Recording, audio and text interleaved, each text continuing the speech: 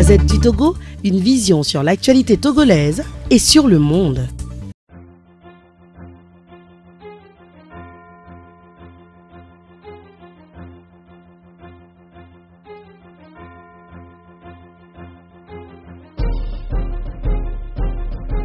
C'est ce que moi je dis que j'essaie d'être. Ce n'est pas facile chez moi lundi dernier, rentré de France pour 2 jours, j'étais reparti mardi. Je lui ai dit, mais toi tu n'as pas changé. Depuis 30 ans, quand je te parlais à l'université ici, etc., tout ce que tu faisais, ta démarche, tes pensées, etc., ta façon d'écrire, etc., tu es resté le même. Parce qu'en France, vous savez, après Senghor, la France-Afrique, la francophonie a cherché, qui par faiblesse avait accepté, et la francophonie l'a tué, symboliquement, malheureusement, quelqu'un de très bien, que j'ai quand même invité ici devant les étudiants, disait, mais parler, on ne fera rien, parler, on ne fera rien, il fallait voir les cris, c'est comme quand on marque un biostade, qui tuait aussi beaucoup.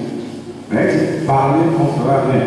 Et à l'époque, lorsqu'on l'invitait, nous faisions avec le collègue Bruno Mathiafan, un propos scientifique que nous avions créé, pas dans le monde de l'université, mais une revue où tout le monde pouvait s'exprimer sur la société. Par rapport à ça, on dit bon, rester soi-même, c'est pas toujours facile parce que les séductions de la vie, il y a le bâton et la carotte.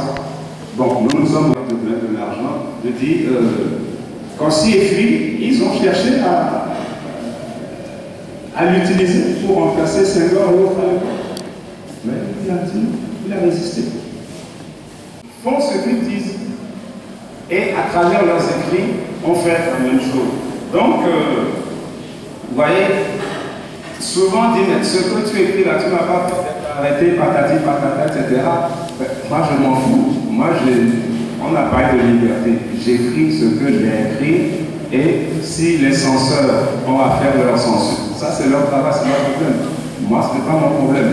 Donc, par rapport à ça, bon, souvent, qu'est-ce qui se passe? Les gens, bon, c'est-à-dire qu'il faut être relativement libre dans une société privée de liberté. Parce que quand tu voues ta vie, par exemple, au carriérisme, à l'opportunisme, tu veux des titres, tu veux te nommer, tu veux manger, comme on dit bassement chez nous, ce qui, tu perds ta liberté.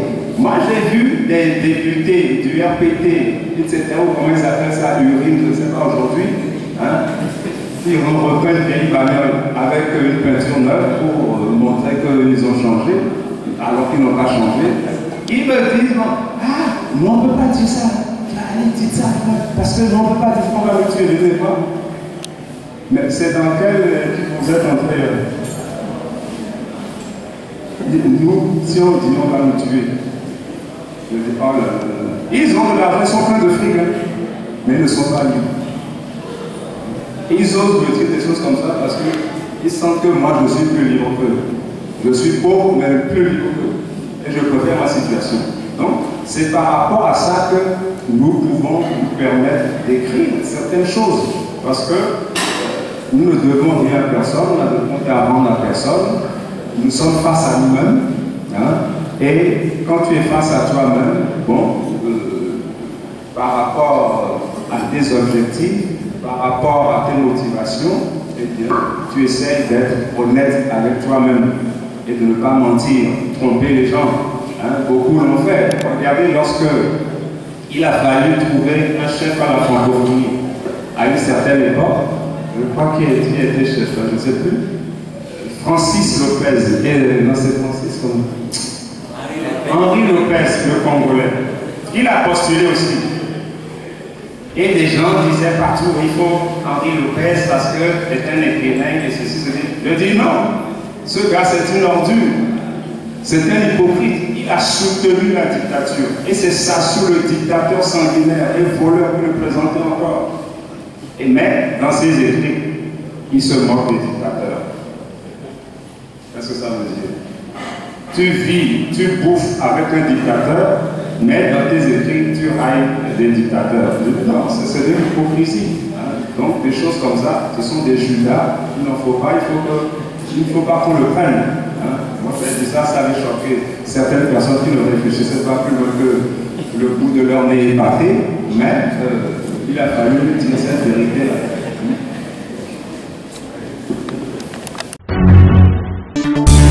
La Gazette du Togo, une vision sur l'actualité togolaise et sur le monde.